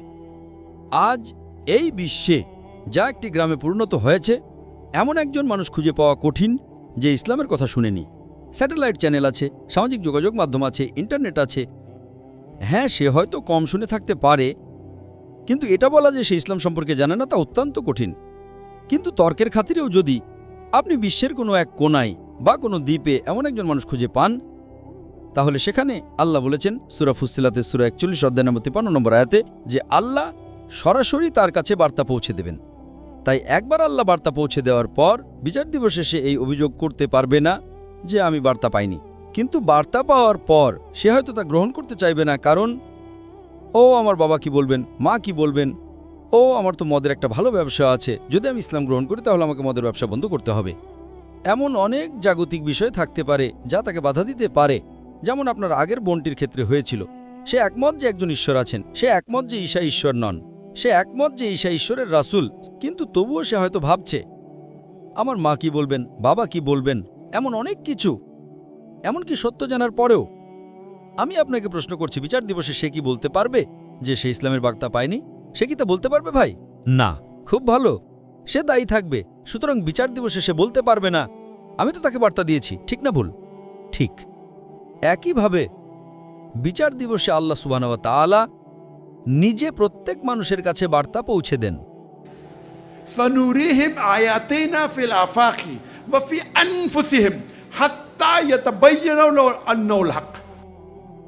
আল্লাহ বলেন, অচিরেই তিনি তার নিদর্শনসমূহ দেখাবেন দূরতম দিগন্তে। এই নিদর্শনগুলো কি? সূর্য, চন্দ্র, নক্ষত্র, এই সবই আল্লাহর নিদর্শন।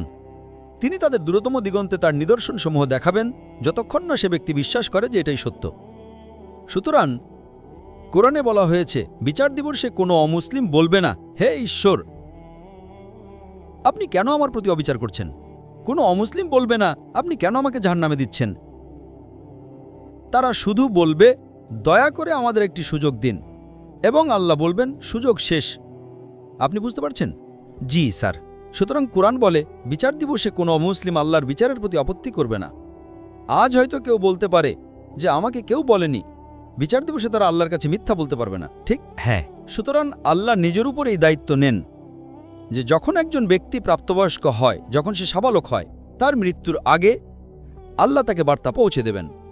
বার্তা পৌঁছে দেয়া আমাদের কাজ, ঠিক না ভুল? ঠিক। প্রত্যেক মুসলিমের কাজ। আমরা আমাদের কাজ সঠিকভাবে করি বা না করি, আল্লাহ সরাসরি বার্তা পৌঁছে দেবেন।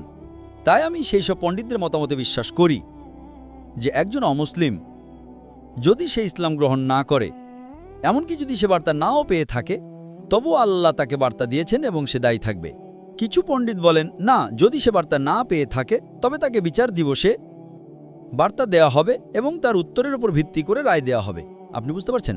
জি, পণ্ডিতদের দুটি মত রয়েছে, কিন্তু আমি প্রথম দলের পণ্ডিতদের মতামতে বিশ্বাস করি যে আল্লাহ সরাসরি বার্তা পৌঁছে দেন। যদি শিশু হয় তবে সে সরাসরি জান্নাতে যাবে, যদি প্রাপ্তবয়স্ক হয় তবে সে বার্তা পেয়েছে এবং সে দায়ী থাকবে। আশা করি উত্তরটি পেয়েছেন। ভাই, আপনি কি ইসলামের বার্তা পেয়েছেন নাকি পাননি? হ্যাঁ। আপনি কি এক ঈশ্বরে বিশ্বাস করেন? হ্যাঁ। আপনি কি বিশ্বাস করেন যে ঈসা তিনি একজন রাসূল নাকি তিনি একজন ঈশ্বর? একজন রাসূল। মাশাআল্লাহ। তাহলে ভাই, আমি আপনাকে প্রশ্ন করছি, ইসলাম গ্রহণে আপনাকে কি বাধা দিচ্ছে? আমি কি দ্বিতীয় এবং তৃতীয় প্রশ্নটি আগে করতে পারি? অবশ্যই, আপনি দ্বিতীয় প্রশ্ন করুন। দ্বিতীয় প্রশ্ন হল, আল্লাহ কেন শুধুমাত্র কোরআন অবতীর্ণ করেছেন এবং তা সংরক্ষণের প্রতিশ্রুতি দিয়েছেন 1400 বছর আগে, আর আল্লাহ কেন পূর্ববর্তী সময়ে আল্লাহর পক্ষ থেকে অবতীর্ণ ধর্মীয় শিক্ষাগুলো সংরক্ষণ করেননি? ধন্যবাদ। ভাই, একটু খুব ভালো প্রশ্ন করেছেন, খুবই যৌক্তিক প্রশ্ন। তিনি জিজ্ঞাসা করছেন আল্লাহ কেন কোরআন অবতীর্ণ করলেন 1400 বছর আগে। তার তো এটি প্রথমেই অবতীর্ণ করা উচিত ছিল। যদি তিনি প্রথম দিন থেকে শুধু কোরআন অবতীর্ণ করতেন তাহলে তো আমাদের এই সমস্ত ধর্ম থাকতো না, তাই না? যদি তিনি প্রথমেই কোরআন অবতীর্ণ করতেন তাহলে কেন তাওরাত, ইনজিল, জাবর? সরাসরি কোরআন কেন নয়? এটি তার প্রশ্নের একটা অংশ। দ্বিতীয় অংশ হলো, তিনি কেন পূর্ববর্তী ধর্মগ্রন্থগুলো সংরক্ষণ করেননি, তাই তো? হ্যাঁ। দুটি প্রশ্ন। আমি আমার প্রশ্নটিকে আরও কঠিন করে তুলছি, ঠিক আছে? আচ্ছা। আমি বলছি যে কেন, যদি তিনি চান তিনি তো প্রথমেই কোরআন অবতীর্ণ করতে পারতেন, তাই না? তাহলে তো কোনো সমস্যাই থাকতো না। এবং তিনি কেন আগের ধর্মগ্রন্থ সংরক্ষণ করেননি? মূল প্রশ্ন হলো আল্লাহ কেন সংরক্ষণ করেননি পূর্ববর্তী ধর্মগ্রন্থগুলো? এবং এরপরে আমি আমার প্রশ্নটিকে আরও কঠিন করে তুলছি।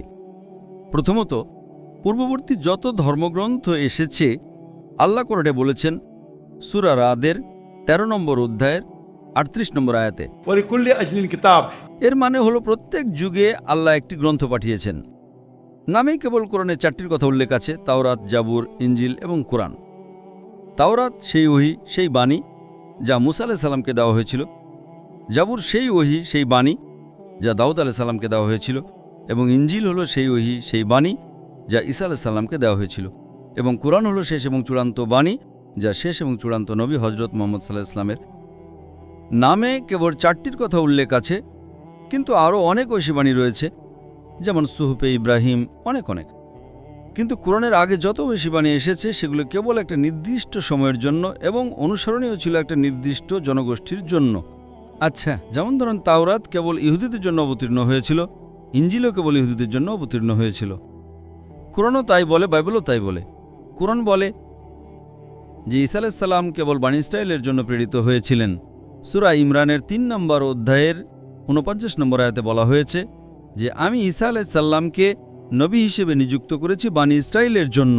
সূরা সাফের 61 নম্বর অধ্যায়ে 6 নম্বর আয়াতে উল্লেখ আছে, ঈসা আলাইহিস সালাম বলেন, মরিয়মের পুত্র বলেন, হে বনী ইসরাইল, আমি আমার পূর্ববর্তী বাণীর সুসংবাদ দিতে এবং এমন একজন নবীর আগমনের সুসংবাদ দিতে যার নাম হবে আহমদ, অর্থাৎ মুহাম্মদ সাল্লাল্লাহু আলাইহি ওয়াসাল্লাম। ঈসা আলাইহিস সালাম বলেছেন মথি সুসংবাদের 10 অধ্যায়ের 5 এবং 6 নম্বর পদে, তোমরা অইহুদিদের পথে যেও না। তিনি তার শিষ্যদের বলছেন, তার অনুসারীদের বলছেন, তোমরা অইহুদিদের পথে যেও না। অইহুদিরা হলো অন্য ইহুদি, অর্থাৎ খ্রিস্টান, হিন্দু, মুসলিম। তোমরা অইহুদিদের পথে যেও না, বরং ইসরায়েলের হারানো মেষের কাছে যাও। সুতরাং ঈসা আলাইহিস সালাম তার শিষ্যদের বলছেন, তোমরা অইহুদিদের কাছে ধর্মপ্রচার করতে যেও না, শুধুমাত্র ইসরায়েলের হারানো মেষের কাছেই প্রচার করো। ঈসা আলাইহিস সালাম বলেছেন মথি সুসংবাদের 15তম অধ্যায়ের 24 নম্বর পদে, আমি ইসরায়েল বংশের হারানো মেষ ছাড়া আর কারো জন্য প্রেরিত হইনি। সুতরাং যত নবী এসেছেন নবী মুহাম্মদ সাল্লাল্লাহু আলাইহি ওয়াসাল্লামের আগে, তারা কেবল তাদের নিজ নিজ জাতির জন্য এবং তাদের বার্তা একটি নির্দিষ্ট সময়কালের জন্য ছিল, যতক্ষণ না পরবর্তী বার্তা আসে। নবী মুহাম্মদ সাল্লাল্লাহু আলাইহি ওয়াসাল্লাম বলেছেন, সহিহ বুখারী খণ্ড 1 হাদিস নম্বর 429, আমার আগে যত নবী এসেছেন তারা কেবল তাদের নিজ নিজ জাতির জন্য প্রেরিত, কিন্তু আমি সমগ্র মানব জাতির জন্য। এখন যেহেতু নবী মুহাম্মদ সাল্লাল্লাহু আলাইহি সাল্লাম ছিলেন শেষ এবং চূড়ান্ত নবী, যেমনটা সূরা আহজাবের 33 নম্বর অধ্যায়ের 40 নম্বর আয়াতে উল্লেখ আছে, ما كان محمد أبا آدم من رجالكم ولكن رسول الله وخاتم النبيين وكان الله بكل شيء عليما।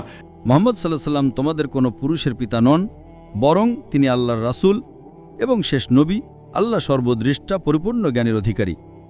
এখন যেহেতু নবী মুহাম্মদ সাল্লাল্লাহু আলাইহি সাল্লাম শেষ এবং চূড়ান্ত নবী, তিনি কেবল মুসলিম বা আরবদের জন্য প্রেরিত হননি। আল্লাহ কোরআনে সূরা আম্বিয়ার 21 নম্বর অধ্যায়ের 107 নম্বর আয়াতে বলেছেন, وما أرسلناك إلا رحمة للعالمين। আর আমি তো তোমাকে সমগ্র সৃষ্টির জন্য রহমত স্বরূপ প্রেরণ করেছি, সমগ্র মানবজাতির জন্য রহমত স্বরূপ, সমগ্র বিশ্বের জন্য রহমত স্বরূপ। আল্লাহ এই বার্তাটি পুনরাবৃত্তি করেছেন সূরা ফাতিরের 35 নম্বর অধ্যায়ের 28 নম্বর আয়াতে। আল্লাহ বলেন, وما أرسلناك إلا كافة للناس بشيرا ونذيرا ولكن أكثر لا يعلمون। আমি তো তোমাকে সমগ্র মানবজাতির জন্য সুসংবাদদাতা ও সতর্ককারী রূপে প্রেরণ করেছি, কিন্তু অধিকাংশ মানুষই তা জানে না। এখন যেহেতু কোরআনের শেষ এবং চূড়ান্ত ঐশী বাণী, এটা কেবল মুসলিম বা আরবদের জন্য অবতীর্ণ হয়নি, এটা সমগ্র মানবজাতির জন্য অবতীর্ণ হয়েছে।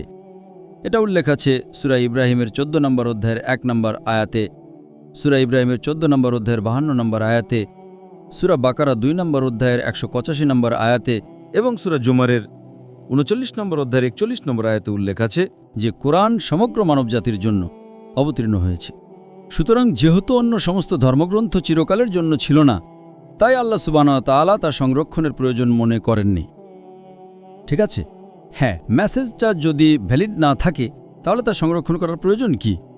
তাই যখন মানুষ মেসেজ পরিবর্তন করে ফেলেছিল, তখন আল্লাহ একটি নতুন মেসেজ এবং একজন নতুন নবী পাঠিয়েছেন।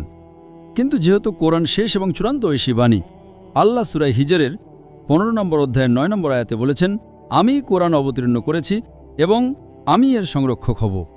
সুতরাং এটাই আপনার প্রশ্নের উত্তর, যা আল্লাহ সংরক্ষণ করেননি। আমরা নামে 4টি ঐশী বাণীর কথা জানি, তার মধ্যে 3টি কোরআনের আগে এসেছে, কিন্তু আরও অনেক ছিল। কিন্তু যেহেতু সীমাবদ্ধ ছিল এবং বার্তাটি চিরকালের জন্য ছিল না, তাই আল্লাহ তা উপযুক্ত মনে করেননি। এখন সেই প্রশ্নে আসা যাক, যেটা আমি নিজেই তুলেছিলাম, যে তাহলে আল্লাহ কেন প্রথমেই কোরআন অবতীর্ণ করলেন না? যদি আল্লাহ প্রথমেই শুধু কোরআন অবতীর্ণ করতেন এবং অন্য কোনো ঐশীবাণী না পাঠাতেন, তাহলে সবাই একই রকম থাকত। এর উত্তরে আমি বলবো যে আল্লাহ সুবহানাহু ওয়া তাআলা মানবজাতির স্রষ্টা, তিনি আমাদের মানুষকে খুব ভালো করে জানেন। এর উত্তর বাইবেলে দেওয়া আছে। জনের সুসংবাদের 16 নম্বর অধ্যায়ের 12 থেকে 14 নম্বর পদে ঈসা মসীহ আলাইহিস সালাম বলেছেন, তোমাদের বলার মতো আমার আরও অনেক কথা আছে, কিন্তু তোমরা এখন তা সহ্য করতে পারবে না। যখন সেই সত্যের আত্মা আসবেন, তখন তিনি তোমাদের সমস্ত সত্যের পথে পরিচালিত করবেন। তিনি নিজের থেকে কিছু বলবেন না, যা কিছু শুনবেন তাই বলবেন। তিনি আমাকে মহিমান্বিত করবেন। কারণ ঈসা মসীহ আলাইহিস সালাম বার্তাটি জানতেন, কিন্তু তিনি জানতেন যে মানুষ তা বুঝতে পারবে না। সুতরাং সর্বশক্তিমান আল্লাহ জানতেন যে মানবজাতি কোরআনের বার্তা গ্রহণ করার মতো যথেষ্ট বিকশিত হয়নি। এই কারণেই তিনি এটা অবতীর্ণ করেননি 5000 বছর আগে বা 4000 বছর আগে বা 3000 বছর আগে, কিন্তু 1400 বছর আগে আল্লাহ, যিনি আমাদের স্রষ্টা সর্বশক্তিমান ঈশ্বর, বললেন, ঠিক আছে, এখন মানবজাতি চূড়ান্ত ঐশীবাণী গ্রহণ করতে পারবে। কে বলেছেন এটা? ঈসা মসীহ আলাইহিস সালাম বাইবেলে যোহানের সুসংবাদের 16 নম্বর অধ্যায়ের 12 থেকে 14 নম্বর পদে ঈসা মসীহ আলাইহিস সালাম বলেছেন, তোমাদের বলার মতো আমার আরও অনেক কথা আছে, কিন্তু তোমরা এখন তা সহ্য করতে পারবে না। একই কথা অন্য নবীরাও বলেছেন, একই কথা বৌদ্ধ ধর্মের গ্রন্থগুলোতে বুদ্ধ বলেছেন, একই কথা জোরাষ্ট্র বলেছেন যে একজন নবী আসবেন, একই কথা মুসা আলাইহিস সালাম বলেছেন দ্বিতীয় বিবরণের 18 নম্বর অধ্যায় 18 নম্বর পদে। সুতরাং আল্লাহ জানতেন যে মানবজাতি তার সহ্য করতে পারবে না, বুঝতে পারবে না, বাস্তবায়ন করা কঠিন হবে। 1400 বছর আগে আল্লাহ বললেন, ঠিক আছে, এখন সময় হয়েছে যে মানবজাতি এ বার্তা গ্রহণ করতে পারবে। তাই তিনি বার্তাটি অবতীর্ণ করলেন এবং বললেন যে তিনি এটাকে বিকৃত থেকে রক্ষা করবেন। এই কারণে আজকে আপনি যদি In Indonesia or Malaysia or USA or UK or Singapore or Saudi Arabia or India or Pakistan, যেখানেই থাকেন না কেন, আপনাকে শেষ এবং চূড়ান্ত নবী মুহাম্মদ সাল্লাল্লাহু আলাইহি ওয়াসাল্লামকে মানতে হবে এবং শেষ এবং চূড়ান্ত মেসেজ কোরআনকে। আশা করি প্রশ্নের উত্তর পেয়েছেন। আমরা কি শেষ প্রশ্নটা নিতে পারি? আপনি কি আমার উত্তরে একমত? হ্যাঁ, আপনার উত্তরের জন্য ধন্যবাদ। ঠিক আছে, আপনি আপনার তৃতীয় প্রশ্নটা করতে পারেন। শেষ প্রশ্নটি হল, যদি কেউ মুসলিমদের দ্বারা হেনস্থার শিকার হয়ে ইসলাম বিদ্বেষী হয়ে যায় এবং ইসলাম গ্রহণ করতে না চায়, তবে আপনি এ বিষয়ে কি মনে করেন? উদাহরণস্বরূপ আমার বোন, যাকে বলা হয়েছিল। দুঃখিত ভাই, আপনি বললেন যে কারণ তারা মুসলিমদের দ্বারা হেনস্থার শিকার হয়েছে, এবং তারপরে আমি শুনতে পাইনি। ইসলাম বিদ্বেষী হয়ে গেছে। ঠিক আছে, উদাহরণস্বরূপ আমার বোন, যাকে তার ইসলাম ধর্ম বিষয়ে শিক্ষক বলেছিলেন যে অমুসলিমদের রক্ত হালাল। অমুসলিমদের রক্ত হালাল? হ্যাঁ। অমুসলিমদের রক্ত হালাল, সে মনে করে যে মুসলিমরা অমুসলিমদের হত্যা করতে পারে। হ্যাঁ, এটা তার ইসলাম ধর্ম বিষয়ের শিক্ষক বলেছিলেন। ভাই প্রশ্ন করেছেন যে যদি কেউ কিছু মুসলিম দ্বারা হেনস্থার শিকার হয় এবং সেই মুসলিম কোনো অমুসলিমকে অর্থাৎ বোনকে বলে যে অমুসলিমদের রক্ত হালাল এবং একজন মুসলিম একজন অমুসলিমকে হত্যা করতে পারে, তাহলে এর উত্তর কি? প্রথমত, যে মুসলিম অমুসলিমকে হেনস্থা করেছে তাকে শাস্তি দেওয়া হবে। যদি এটি একটা ইসলামিক রাষ্ট্র হতো, ইসলামিক আইনের রাষ্ট্র, যদি ইসলামের ধর্ম অনুসরণ করা হতো, যদি সেই মুসলিমকে আইনের আদালতে নিয়ে যাওয়া হতো, তবে তাকে শাস্তি দেওয়া হতো। আপনি কি বুঝতে পারছেন? হ্যাঁ। এখন যে ব্যক্তি আপনার বোনকে হেনস্থা করেছে সে ভুল, এটি প্রথম কথা। কিন্তু যেহেতু আপনার বোন হেনস্থার শিকার হয়েছে, ধরুন আমার শিক্ষক আমাকে শিখিয়েছিলেন 2 + 2 = 5। ঠিক যখন আমি ছোট ছিলাম আমি বলতাম 2 + 2 = 5। এখন যখন আমি প্রাপ্তবয়স্ক হয়েছি এবং যদি আমি বলি আমার শিক্ষক বলেছিলেন 2 + 2 = 5, তাই 2 + 2 = 5, আপনি কি আমাকে ক্ষমা করবেন? না। ঠিক আছে, ছোটবেলায় কোনো সমস্যা নেই। 3-4 বছর বয়সে আমার শিক্ষক আমাকে শিখিয়েছিলেন 2 + 2 = 5, তাই আমি তা পুনরাবৃত্তি করতাম। এখন যখন আমি প্রাপ্তবয়স্ক হয়েছি, আমার শিক্ষক আমাকে ভুল শিখিয়েছিলেন, কিন্তু এখন আমি সঠিক আর ভুলের মধ্যে পার্থক্য করতে পারি। সুতরাং শুধু শিক্ষক আমাকে ভুল শিখিয়েছেন বলে আমি সারা জীবন 2 + 2 = 5 বলতে থাকবো না, তাই তো? ওই কয়েক বছরের জন্য এটা মানা যাবে। সেই শিক্ষক ভুল ছিলেন, ঈশ্বর সেই শিক্ষককে শাস্তি দেবেন যদি তিনি উদ্দেশ্যমূলকভাবে করে থাকেন। কিন্তু আমার জন্য জ্ঞান বুদ্ধি অর্জন করতে হবে। ঠিক আছে, আমার শিক্ষক আমাকে হেনস্থা করেছেন, আমি ছোট ছিলাম, আমি মেনে নিয়েছিলাম, আমি ভুল করেছিলাম, ঈশ্বর আমাকে ক্ষমা করবেন। কিন্তু এখন 2 + 2 = 4, বুঝতে পারছেন? সুতরাং যদি কেউ আমাকে বলে যে অমুক লোক, অমুক প্রতিবেশী, সে একজন খলনায়ক, সে একজন খুনি, ঠিক আছে, যখন আমি ছোট থাকবো আমি তা মেনে নেব। কিন্তু যখন আমি বড় হয়ে জানবো যে লোকটি খুব ভালো, সে খুব স্নেহময়ী, সে খুব উদার, সে খুব দয়ালু, তখন আমার সে একই দৃষ্টিভঙ্গি বজায় রাখা উচিত নয়। আমার উচিত আমার দৃষ্টিভঙ্গি পরিবর্তন করা। তো যদি আপনার বোন কোনো হেনস্থার শিকার হয়ে মুসলিম দ্বারা ইসলাম বিদ্বেষী হয়ে যায়, তাহলে যে ব্যক্তি হেনস্থা করেছে ভাই ইসলাম সম্পর্কে ভুল তথ্য দিয়েছে এবং তার ফলে সে ইসলাম বিদ্বেষী হয়ে গেছে, তাহলে সেই মুসলিমকে শাস্তি দেওয়া হবে। যদি দুনিয়াতে না হয় তাহলে আল্লাহ নিশ্চিত করবেন যে সে যেন শাস্তি পায়। কিন্তু আপনার বোনের এখন সত্যটা জানা উচিত। যদি সে বড় হয়, যদি সে ছোট থাকে, তবে তাকে ক্ষমা করা হবে। 5 বছর 10 বছর ঠিক আছে, কিন্তু যখন সে প্রাপ্তবয়স্ক হয়ে যাবে তখন সে আর ছোট থাকবে না, তখন তাকে সত্য গ্রহণ করতে হবে।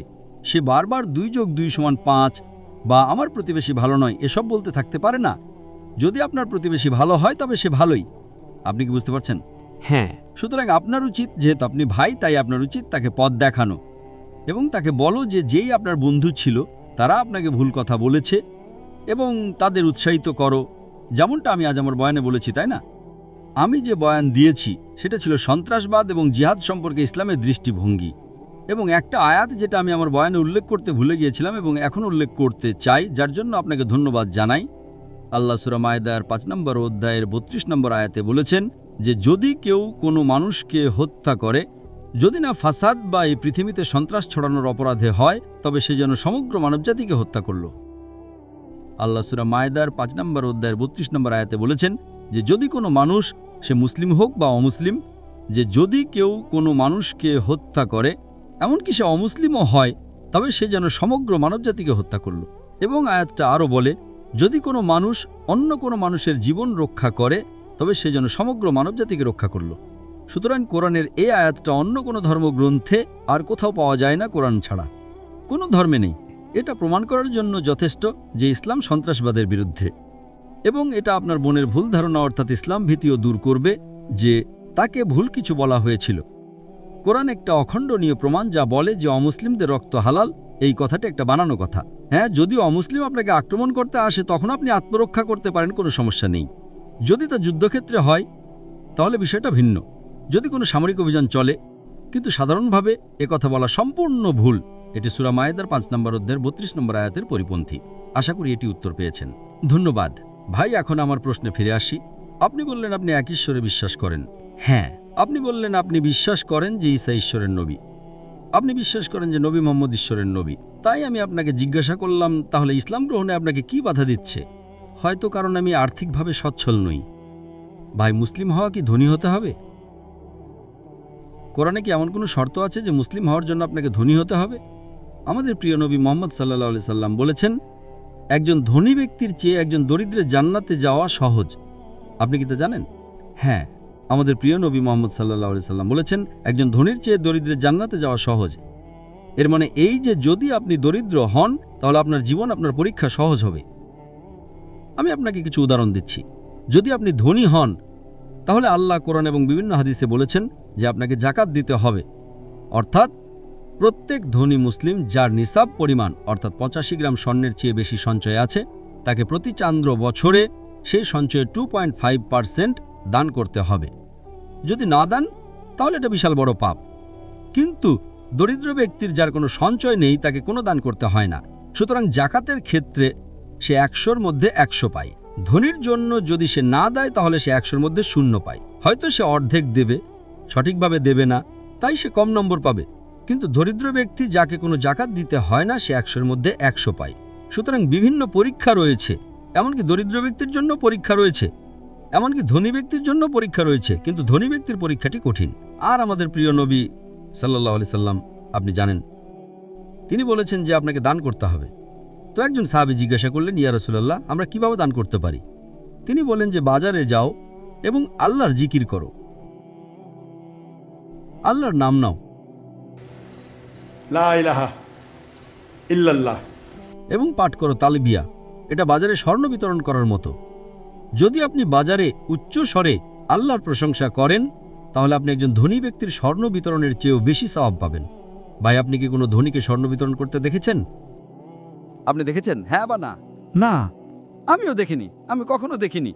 এখানে আমাদের নবী বলছেন, একজন দরিদ্র ব্যক্তি যার কোনো সম্পদ নেই, যদি সে বাজারে আল্লাহর প্রশংসা করে এবং তালবিয়া পাঠ করে, আল্লাহু আকবার, আল্লাহু আকবার, লা ইলাহা ইল্লাল্লাহ, আল্লাহু আকবার, আল্লাহু আকবার ওয়া লিল্লাহিল হামদ, সে আল্লাহর প্রশংসা করে, তালবিয়া পাঠ করে, হামদ বলে, নবী বলেছেন এটা আপনি একজন ধনী ব্যক্তির স্বর্ণ বিতরণের চেয়েও বেশি সওয়াব পাবেন। তাহলে আমাকে বলুন, একজন ধনী ব্যক্তির জান্নাতে যাওয়া সহজ নাকি একজন দরিদ্র ব্যক্তির? দরিদ্র। সুতরাং এই কারণেই ধনীদের চেয়ে বেশি দরিদ্র মানুষ ইসলাম গ্রহণ করে। আপনি হয়তো হযরত বেলাল রাদিয়াল্লাহু আনহুর গল্প শুনে থাকবেন, যিনি নবীর সাহাবী এবং একজন কৃষ্ণাঙ্গ দাস ছিলেন। তারা তাকে নির্যাতন করত। তারা তাকে বলতে বলতো যে এক ঈশ্বর নেই, তিনি বলতেন আহাদ। নবী বলেছেন, যদি কেউ তোমাকে নির্যাতন করে তবে তুমি শিরক করতে পারো যতক্ষণ ঈমান থাকে। তিনি বললেন, না, আমি তবুও আহাদই বলবো। আপনি কি বুঝতে পারছেন? দরিদ্র মানুষ, তাকে জান্নাতের প্রতিশ্রুতি দেওয়া হয়েছে। আপনি কি বুঝতে পারছেন? সুতরাং সম্পদ আপনার ইসলাম গ্রহণ না করার কারণ হওয়া উচিত নয়। আসলে যদি আপনি দরিদ্র হন তবে প্রত্যেক ধনী ব্যক্তির জাকাত দেওয়া উচিত। এর 8টি খাত রয়েছে। 8টি খাত। সূরা তাওবার 9 নম্বর অধ্যায়ের 60 নম্বর আয়াতে একটি খাত হলো ফকিরদের দান করা। যদি আমি ধনী হই তবে প্রতি বছর আমাকে আমার সম্পদের, আমার সঞ্চয়ের ন্যূনতম 2.5% দরিদ্র মানুষকে দান করতে হবে। ফকির একটি খাত, মিসকিন হলো অভাবী, আরও অনেক খাত রয়েছে, মোট 8টি খাত। সুতরাং মুসলিম হওয়ার জন্য কি আপনাকে কর দিতে হবে? না। তাহলে কেন এটি বাধা দেবে? এই কারণে ধনীদের চেয়ে বেশি দরিদ্র মানুষ ইসলাম গ্রহণ করে। ধনীদের কর দিতে হয় কি না? হ্যাঁ, জাকাত 2.5%, yes or no? হ্যাঁ, তাই একজন ধনী ব্যক্তি বলে, আমি একজন বিলিয়নিয়ার, যদি আমি মুসলিম হয়ে যাই তবে আমাকে 2.5% জাকাত দিতে হবে, আমি মুসলিম হচ্ছি না। সে একজন বোকা, কিন্তু কিছু ভুল যুক্তি। তাহলে একজন দরিদ্র মানুষ কেন ভয় পাবে? এবং মাশাআল্লাহ, ইন্দোনেশিয়ার মতো একটা দেশে 87% মুসলিম, অনেকেই আপনাকে রক্ষা করার জন্য প্রস্তুত। আপনি কেন ভয় পাবেন? আপনাকে কি বাধা দিচ্ছে ভাই? হ্যাঁ, আমি একমত। মাশাআল্লাহ ভাই, আমি আপনাকে ভালোবাসি। ধন্যবাদ। আমি আপনাকে ভালোবাসি এবং আমি চাই যে আপনি সরল পথে আসেন। তাহলে যদি আপনি একমত হন তবে কি আপনি শাহাদাত পাঠ করতে চান? দুঃখিত, আমি কি শাহাদাত পাঠ ক্যামেরার বাইরে করতে পারি? আপনি কি শাহাদাত পাঠ ক্যামেরার বাইরে করতে চাই। কোনো সমস্যা নেই। এটা ফরজ নয়, জনসম্মুখে বলা ফরজ নয়। ধন্যবাদ। আপনি যতক্ষণ আপনার হৃদয়ে আপনার এবং আল্লাহর মধ্যে এটা বলবেন ততক্ষণই যথেষ্ট। তাই আমি আপনাকে অভিনন্দন জানাই ভাই। এবং আমি বুঝতে পেরেছি যে আপনি করোনার জন্য মাস্ক পরেননি, হয়তো আপনি ছিলেন না, আপনি প্রকাশ করতে চাননি এবং এটা পুরোপুরি ঠিক আছে। যদি আপনি আপনার পরিচয় গোপন করতে চান কারণ আপনার মনে হয় কেউ আপনার হানি করতে পারে ইত্যাদি, তবে এটা ইসলামে পুরোপুরি গ্রহণযোগ্য। আপনাকে জনসম্মুখে এটা বলতে হবে না। যতক্ষণ আপনি বার্তাটি পেয়েছেন, আমি খুশি যে আমি আপনাকে বার্তাটি পৌঁছে দিয়েছি। আল্লাহ ইনশাল্লাহ আপনাকে আরও পথ দেখান। আল্লাহ আপনাকে এই দুনিয়ায় সর্বোচ্চ প্রতিদান দেন। আল্লাহ আপনাকে জান্নাত দান করুন এবং আল্লাহ আপনাকে অন্যদের কাছে আসতে সাহায্য করুন, আপনি যেন অন্যদের ইসলামের কাছে আসতে সাহায্য করতে পারেন। যদি আপনি বয়ানের পরে গ্রিন রুমে আমার সাথে দেখা করতে চান তবে আপনাকে স্বাগতম। এমনকি যদি আপনি আমার সাথে দেখা করতে না চান, কোনো সমস্যা নেই। মুসলিম হওয়ার জন্য ডক্টর জাকির নায়েকের সাথে দেখা করাও জরুরি নয়। যতক্ষণ আপনি গ্রহণ করেছেন, আল্লাহ আপনাকে পুরস্কৃত করুন। ধন্যবাদ ভাই। তাকবীর।